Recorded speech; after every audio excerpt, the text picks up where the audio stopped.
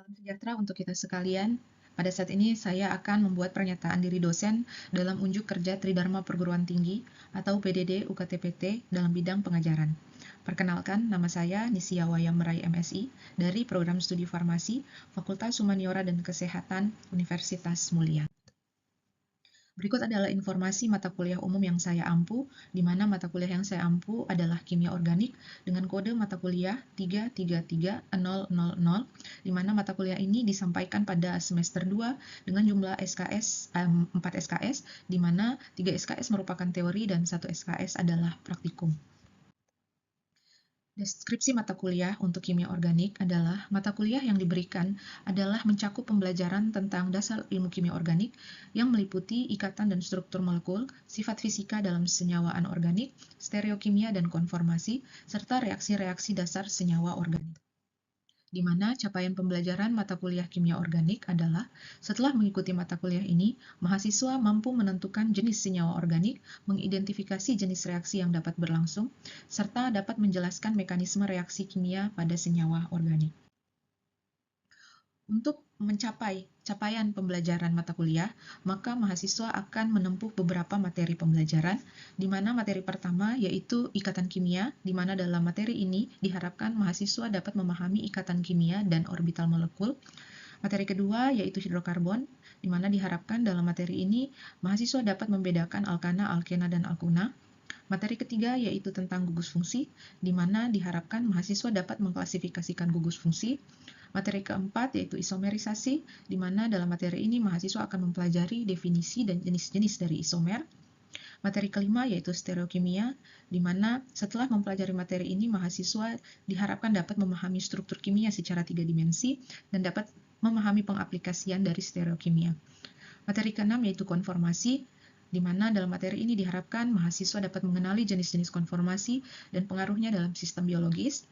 Materi ketujuh yaitu tentang aromatisitas, di mana dalam materi ini mahasiswa akan mempelajari tentang kekhususan senyawa aromatik. Kemudian materi terakhir, materi ke-8 tentang reaksi organik, di mana mahasiswa diharapkan dapat memahami reaksi organik yang meliputi reaksi substitusi, reaksi eliminasi, dan reaksi adisi. Adapun metode pembelajaran yang akan dilakukan, karena mata kuliah ini memiliki 4 SKS, di mana 3 SKS-nya adalah teori dan 1 SKS-nya adalah praktikum, maka metode pembelajaran yang akan dilakukan adalah mencakup, untuk teori akan dilakukan secara blended learning, di mana akan terdapat 2 jenis perkuliahan untuk teori, yaitu untuk perkuliahan tatap muka dan perkuliahan secara daring atau sinkronus. Kemudian untuk praktikum, tentu saja akan dilakukan secara tatap muka, dalam kerja praktikum di laboratorium, di mana metode pembelajaran ini dilakukan untuk memenuhi capaian pembelajaran mata kuliah. Sistem perkuliahan pada mata kuliah kimia organik adalah perkuliahan dilakukan sebanyak 14 kali pertemuan, di mana metode perkuliahan untuk teori adalah kombinasi antara ceramah, kuis, tugas, dan presentasi yang terkait dengan kimia organik. Sedangkan untuk metode perkuliahan praktikum adalah kegiatan kerja praktikum di laboratorium sesuai dengan tema praktikum yang telah ditentukan oleh dosen pengampu. Mahasiswa wajib mengikuti seluruh rangkaian perkuliahan di atas untuk memperoleh nilai kelulusan pada mata kuliah kimia organik. Berikut adalah rubrik penilaian untuk mata kuliah kimia organik. Jika mahasiswa tidak mampu memahami konsep dasar, tidak memiliki kemampuan menganalisis senyawa organik, dan tidak dapat menerapkan teori pada keterampilan praktis dalam laboratorium, maka mahasiswa tersebut akan mendapat bobot nilai sangat kurang, di mana poin yang akan diperoleh adalah kurang dari 20.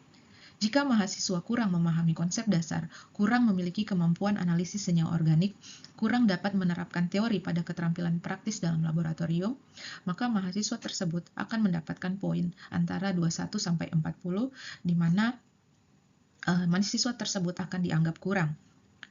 Jika mahasiswa memahami konsep dasar, memiliki kemampuan analisis senyawa organik, dan cukup dapat menerapkan teori pada keterampilan praktis di laboratorium, maka mahasiswa tersebut akan memperoleh rentang nilai antara 41 sampai 60, di mana mahasiswa akan dianggap cukup dalam mata kuliah kimia organik.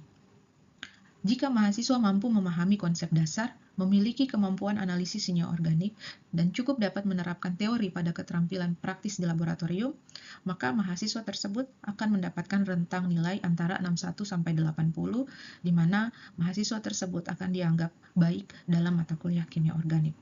Sedangkan jika mahasiswa mampu memahami konsep dasar, memiliki kemampuan analisis senyawa organik, dan dapat menerapkan teori pada keterampilan praktis di laboratorium secara baik, maka mahasiswa tersebut akan mendapatkan poin nilai di atas 81, di mana mahasiswa tersebut dianggap sangat baik dalam mengikuti mata kuliah kimia organik. Berikut adalah rentang penilaian yang telah dikeluarkan oleh Universitas Mulia mengenai bobot nilai dan bobot huruf untuk rubrik penilaian yang akan diinputkan pada SIAS atau pada sistem penilaian universitas. Dan berikut adalah gambaran dari LMS atau Learning Management System yang dalam hal ini di Universitas Mulia kami menggunakan Lentera, di mana pada LMS ini atau pada Lentera ini semua media pembelajaran dapat diakses oleh mahasiswa. Jadi untuk setiap materi dimulai dari RPS, materi setiap minggunya, bahkan sampai pada penilaian, kuis, tugas UTS dan UAS itu disampaikan pada Lentera, sehingga nilai-nilai yang akan diperoleh oleh mahasiswa terrekod dalam Lentera. Adapun mahasiswa juga dapat mengakses tidak hanya materi, tetapi dapat mengakses nilai-nilai yang mereka peroleh selama pembelajaran yang meliputi kuis, tugas UTS, dan UAS. Saat ini saya akan menyampaikan video pengajaran saya dalam mata kuliah kimia organik, di mana ini adalah salah satu materi yang akan dipelajari oleh mahasiswa sepanjang perkuliahan kimia organik. Salah satu materi yang saya angkat dalam pengajaran adalah senyawa aromatik. Hari ini kita akan belajar tentang senyawa aromatik. Jadi di minggu ini kita sudah memasuki materi senyawa aromatik, di mana pada materi sebelumnya kalian sudah belajar tentang stereokimia. Saya harapkan kalian sudah benar-benar paham tentang apa itu isomerisasi senyawa organik, ya, di mana isomerisasi senyawa organik itu kan meliputi stereoisomer dan isomer 2 dimensi. Nah, saya harap secara dasar kalian sudah bisa membedakan bagaimana itu isomerisasi 2 dimensi dan bagaimana itu isomerisasi 3 dimensi atau stereoisomer. Nah, hari ini kita akan belajar tentang senyawa aromatik. Aromatik sendiri ya secara harafiah adalah senyawa yang mengeluarkan bau khusus atau bau tertentu. Pada abad 19 itu senyawa aromatik, aromatisitas itu digunakan untuk menjelaskan atau untuk menunjukkan senyawaan parfum atau senyawaan yang memiliki bau khusus. Tapi pada saat ini aromatisitas atau aromatik itu dijelaskan atau didefinisikan sebagai sifat kimia di mana suatu senyawa tidak jenuh tetapi hanya mengalami reaksi substitusi daripada adisi, gitu ya. Jadi di sini salah satu kekhususan senyawa aromatik adalah dia punya ikatan rangkap 2, tetapi dia tidak bisa melakukan adisi, gitu ya. Yang dia bisa lakukan hanyalah reaksi substitusi. Nah, ini yang tadi ini adalah beberapa contoh senyawa aromatik di alam yang sering kita temukan dalam kehidupan sehari-hari, ya. Contohnya Ibu ambil contoh di sini cinnamon, ya, ini adalah cinnamon adalah turunan benzen. Jadi di alam sebagian besar senyawa aromatik yang kita temui di alam itu merupakan turunan benzen. Jadi benzen dengan substituen tertentu. Ya, jadi contoh di alam itu yang sering kita temui untuk aromatik itu ada cinnamon atau kayu manis, ya, bau khusus dari kayu manis itu dari cinnamaldehyd, ya, di mana cinnamaldehyd ini adalah turunan dari benzen, sedangkan yang ini adalah cuminaldehyd atau cumin, di mana cumin ini adalah bau khusus dari kunyit. Nah, kita lihat semuanya memiliki struktur dasar benzen. Karena yang tadi benzen itu adalah senyawa sederhana dari suatu senyawaan aromatik. Nah, jadi seperti yang Anda lihat tadi bahwa di alam itu struktur dasar suatu senyawa aromatik di alam itu pada dasarnya adalah benzen. Nah, apa itu benzen? Benzen itu adalah senyawa aromatik yang memiliki struktur relatif sederhana, dia hanya memiliki karbon dengan jumlah 6 dan hidrogen 6 yang membentuk suatu segi 6, ya, sikloheksan. Nah, benzen termasuk kelompok hidrokarbon tidak jenuh karena dia memiliki ikatan rangkap 2. Dan benzen menunjukkan reaksi yang berbeda. Nah, dia punya kekhususan tadi, kekhususan senyawa aromatik dengan senyawa tidak jenuh umumnya seperti alkena dan alkuna. Jadi salah satu poin yang membedakan benzen dengan alkena alkuna atau senyawa tidak jenuh yang lain itu adalah benzen tidak bisa melakukan reaksi adisi, sedangkan alkena alkuna bisa. Ya, benzen hanya bisa melakukan substitusi. Tadi dikatakan bahwa benzen itu meskipun dia punya merupakan senyawa tidak jenuh, tetapi benzen itu berbeda dengan alkena. Nah, bagaimana kita bisa membedakan senyawaan kita itu adalah benzen atau suatu alkena? Nah, yang bisa kita lakukan adalah kita bisa mereaksikan senyawa kita dengan brom atau kalium permanganat atau hidrogen klorida. Nah, untuk brom, jika diteteskan brom terjadi perubahan warna, maka bisa dipastikan senyawaan kita itu adalah alkena. Karena benzen itu tidak bereaksi dengan brom, sehingga ketika ditetesi brom, maka warnanya itu akan tetap. Nah, seperti itu ya kira-kira.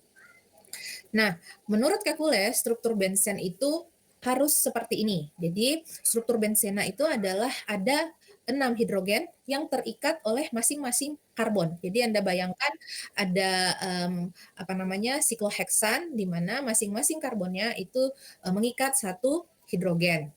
Kemudian untuk menjaga agar setiap atom karbon itu bervalensi 4, artinya setiap karbon kan itu punya kemampuan mengikat 4 substituen yang lain. Jadi untuk menjaga agar tiap atom karbon bervalensi 4, ikatan tunggal dan ganda 2 atom karbon terletak berselang-seling pada cincin. Jadi ini maksudnya untuk poin kedua adalah menurut Kekule, selain benzen itu punya memiliki 6 karbon yang mengikat masing-masing satu hidrogen, benzen itu juga memiliki ikatan rangkap terkonjugasi. Jadi habis rangkap 2, sebelahnya itu tunggal. Habis itu rangkap 2 lagi, habis itu tunggal. Kemudian pertukaran ikatan tunggal dan ganda 2 pada cincin berlangsung sangat cepat, sehingga reaksi khusus seperti pada alkena tidak terjadi. Nah, disinilah kekhususan senyawaan aromatik atau benzen. Kenapa sih dia tidak bisa melakukan adisi? Karena sesungguhnya pada ikatan rangkap 2 pada benzen, itu kan kalau rangkap 2 sebenarnya adanya elektron bebas. Nah, elektron bebas pada benzen, itu tuh pertukaran ikatan tunggal dan gandanya itu pada satu cincin itu sangat cepat. Sehingga elektron yang ada pada ikatan rangkap 2 benzen itu terus berputar, tidak diam di tempat. Sehingga benzen itu tidak bisa melakukan yang namanya adisi. Jadi mungkin bisa lebih jelas dari gambar ini. Ya, ini adalah struktur benzen menurut Kekule. Di sini Anda bisa lihat karena ini ada rangkap terkonjugasi gitu ya, maka rangkap ini itu tuh bisa terjadi resonansi. Resonansi itu adalah pergeseran elektron sehingga jadi elektron yang ada di rangkap ini pindah ke tunggal ya, begitu pula dengan yang ini pindah ke tunggal sehingga terjadi resonansi. Resonansi itu pergeseran rangkap 2. Jadi Anda lihat di sebelahnya ini adalah tanda resonansi. Anda lihat di sini awalnya rangkap 2-nya di sini. Setelah terjadi resonansi, Anda lihat di gambar selanjutnya dia berpindah rangkap 2-nya, seperti itu. Mungkin lebih jelasnya di sini Anda lihat ya, proses terjadinya resonansi benzen.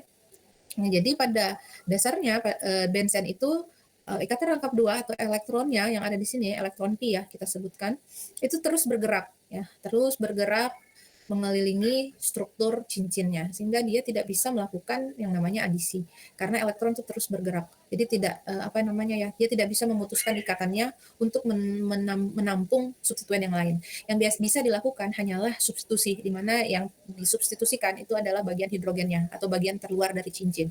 Sedangkan untuk memutuskan daerah di dalam cincin itu sangat sulit karena dengan adanya pergerakan elektron seperti ini mengakibatkan bagian dalam cincin ini tuh sangat stabil ya. Sehingga pasti Anda seringkali melihat struktur benzen itu digambarkan seperti ini gitu ya. Jadi ada yang menggambarkan seperti ini, tetapi ada juga yang seperti ini. Nah, jadi jika Anda menemukan literatur yang menggambarkan benzen, struktur benzen itu seperti ini, itu ya sama aja. Struktur benzen seperti ini itu ada lingkaran di tengah ini tuh menggambarkan bahwa sesungguhnya elektron yang ada di sini, elektron pi, elektron bebas yang ada di sini itu terus melakukan delokalisasi atau terus bergeser. Seperti itu. Sampai di sini ada pertanyaan? Nah, silakan. Ibu izin bertanya yang Ini slide 9. Ya, ini digambarkan arah perpindahannya selalu searah dengan jarum jam, Ibu, atau ada pakem khusus Ya. selalu searah jarum jam atau berlawanan arah jarum jam? Oke, untuk resonansi sendiri itu selalu searah dengan jarum jam. Jadi sesuai dengan yang digambarkan oleh Kekulé gitu ya. Jadi arah resonansi bisa dilihat ya, arah panahnya itu selalu searah dengan jarum jam. Ya, jadi si elektron ini kan pi ya, elektron pi itu interaksinya adalah interaksi lemah, di mana itu adalah elektron bebas yang saling berdekatan.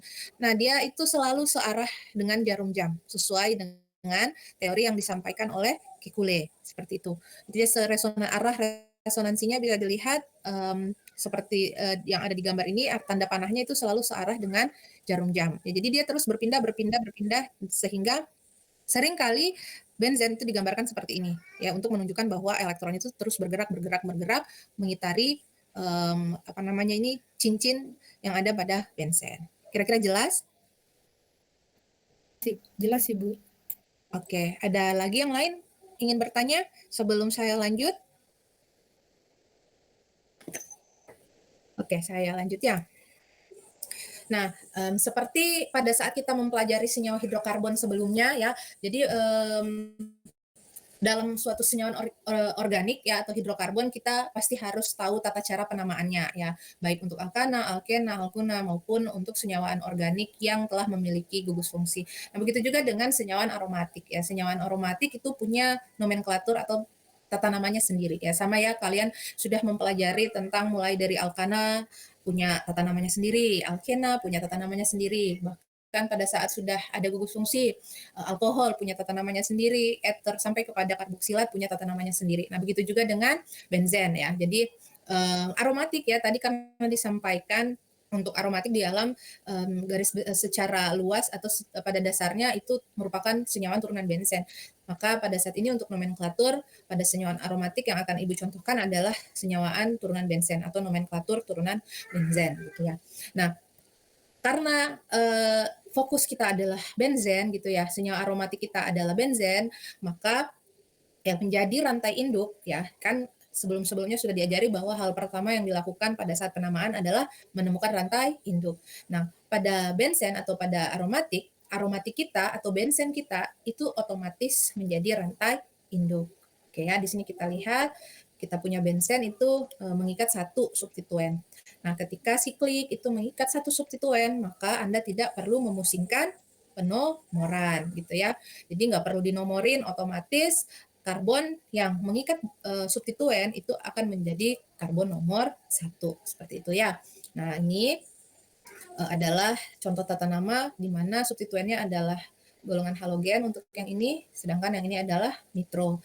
Jadi sama halnya dengan penamaan siklo gitu ya, sikloheksan, Anda tinggal sebutkan halogennya apa ya. Untuk halogennya huruf terakhir diganti dengan huruf O, diikuti dengan rantai induknya gitu ya. Nah, rantai induk kita adalah benzen. Jadi Anda tinggal sebutkan sebagai fluorobenzen. Jadi ini fluorobenzen, klorobenzen, bromobenzen, dan nitrobenzen. Paham ya? Ada pertanyaan untuk penamaan? Jelas masih ya? Nah, gimana kalau substituennya sudah lebih dari satu? Nah, sama seperti sikloheksan atau sama seperti senyawaan siklik yang lain, ketika suatu senyawaan sudah memiliki atau sudah mengikat dua substituen yang lain, maka sistem penomoran sudah berlaku. Nah, untuk menomori mana yang nomor 1, mana yang nomor 2, dan seterusnya, ya itu Anda perhatikan prioritas. Seperti itu ya. Nah, Anda lihat di sini, jadi ada dua cara untuk menamai senyawa aromatik ketika sudah memiliki dua substituen. Gitu ya. Anda bisa menggunakan penomoran, pakai angka 1, 2, 3, dan seterusnya, atau Anda bisa menggunakan istilah orto, meta, para. Anda bisa menuliskan secara lengkap orto, meta, para, atau Anda bisa singkatannya aja ya, M untuk meta, P untuk para, dan O untuk orto. Jadi karena ini menentukan posisi ya, kan waktu kemarin saya jelaskan antara huruf dengan huruf itu tanpa spasi ya, kecuali pada ether kemarin ya. Tetapi karena ini menunjukkan posisi, maka meskipun ini huruf dengan huruf harus dipisahkan dengan satu garis datar gitu ya. Nah, apa beda orto, meta, para?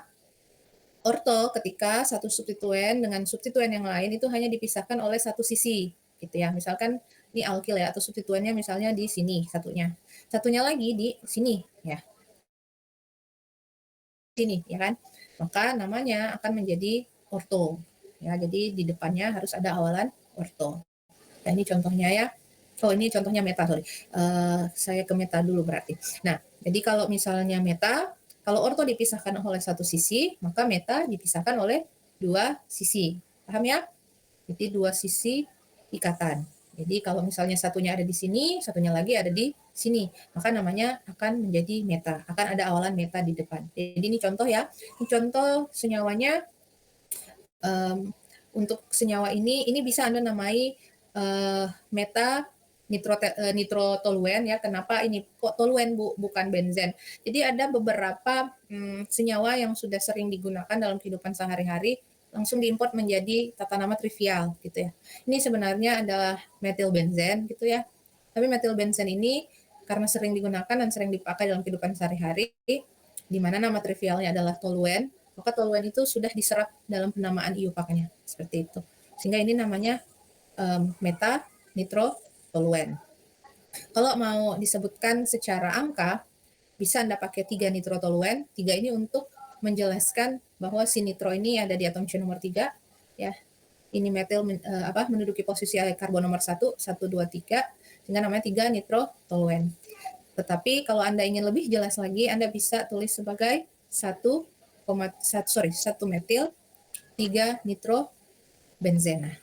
Sampai sini ada pertanyaan untuk penamaan? Jelas? Oh, itu meta ya. Untuk yang para ya kalau orto dipisahkan 1, meta dipisahkan 2, maka para dipisahkan oleh 3 sisi ikatan. Ya, ini untuk contohnya. Untuk kesana-kesananya itu selebihnya kurang lebih sama dengan penamaan senyawaan siklik. Nah, ini adalah contoh-contoh lain tata nama senyawaan aromatik atau turunan benzen. Ya, ini ketika benzennya sudah mengikat suatu karboksilat ya, asam karboksilat ya. Ini karboksilat, jadi benzen atau aromatik ya juga bisa mengikat suatu gugus fungsi.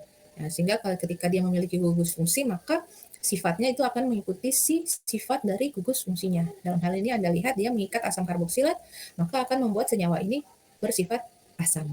Seperti itu ya. Untuk yang ini akan saya slideshow karena berupa latihan. Nah, coba Anda namain, ada yang bisa, kalau ini udah ya tadi ya, toluen. Kalau nama IUPAC-nya apa ini? Harus di. Nah, yang ini tadi udah saya sempat saya singgung. Ini adalah kalau nama trivialnya atau komersialnya adalah toluen. Kalau nama IUPAC-nya ini apa? Ada yang tahu? Oke, coba ini namanya. Kalau tadi trivialnya toluen, nah IUPAC-nya adalah apa namanya? Pada dasarnya tata namanya sama seperti tata nama siklik kemarin. Kan udah saya jelaskan bagaimana menamai senyawa organik siklik. Metil benzen. Kan nggak pakai siklo lagi, kan ini benzen. Jadi ingat kita sudah kita masuk ke senyawa aromatik, dalam hal ini benzen. Ketika kalian temu benzen, ini sudah benzen nih. Ini sudah bukan sikloalkena lagi kan? Ya, tadi di awal udah saya jelaskan ketika kalian ketemu ini, maka ini sudah bukan suatu alkena lagi atau sikloalkena tetapi merupakan suatu aromatik. Di mana aromatiknya adalah jenis benzena. Sehingga kalau mau menamai kalau ada ketemu gambar struktur seperti ini, maka si benzen ini otomatis menjadi senyawa induknya. Ya udah, tinggal tentukan substituennya apa, dilanjutkan dengan si benzen. Oke, jadi tadi ini IUPAC-nya adalah metilbenzen. Metilbenzena. Oke, good. Coba yang di sebelahnya. 1 bromo, 2 nitrobenzen. Hitung. Kalau ini 1, berarti ini nomor 3. Berarti 1 bromo, 3 nitrobenzen. Oke, 1 bromo, 3 nitrobenzena. Good. Yang ini?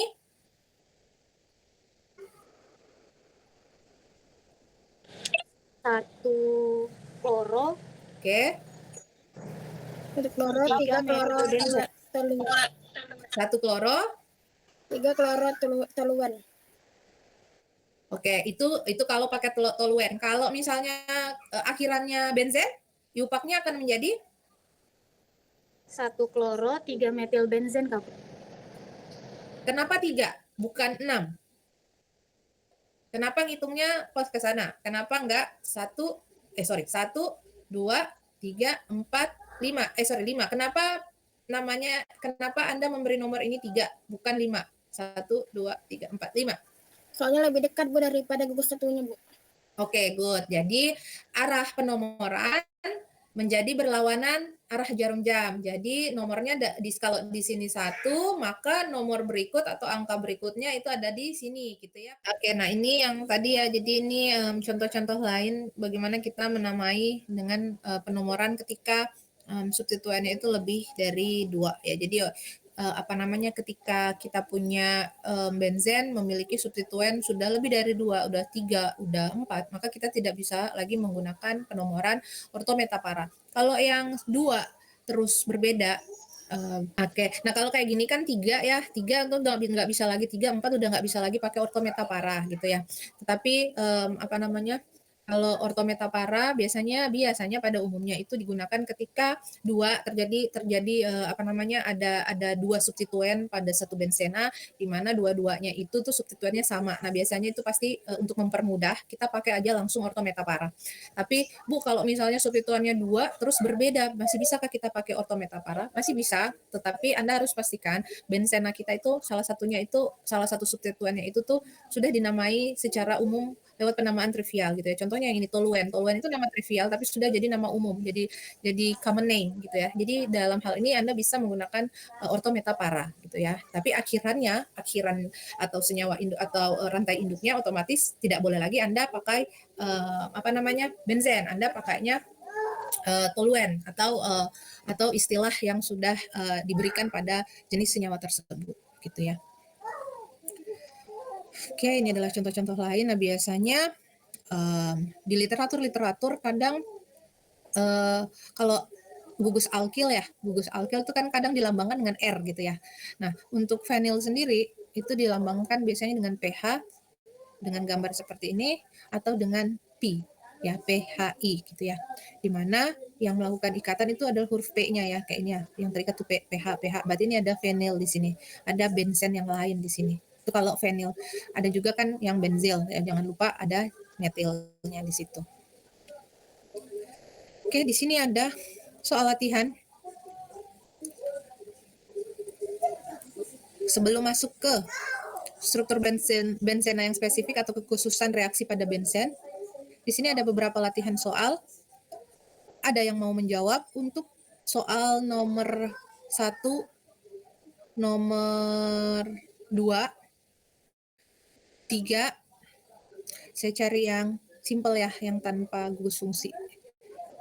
5, 1, 2, 3, 5. 4 soal nomor 1, 2, 3, 5. Ada yang mau kerjakan? Hiji nomor 1, Ibu. Oke, langsung aja nomor 1, Bu Ratna. Ayo, yang lain? Ini saya langsung ke sini. Jadi siapin kertas, saya stop share dulu ya. Siapin kertas. Ada 4 soal, siapin kertas, digambarkan lagi. Coba perhatikan biar semuanya bekerja. Yang satu sudah di-tag Bu Ratna, masih ada 3 soal. Coba dikerjakan. Kalau bisa mengerjakan benar, maka dia tidak usah lagi ikut responsi. Oke, silahkan dikerjakan. Ibu share lagi ya, lihat soalnya ya. Bentar ya, entire screen, share. Ini soalnya, 1, 2, 3, 5. Itu apa ya, kalau ada yang bisa buat yang lain, ini kan ada 8 nih. Kalau ada bisa buat yang lain dan menjelaskan ya, jangan cuma ditunjukkan, tapi dijelaskan.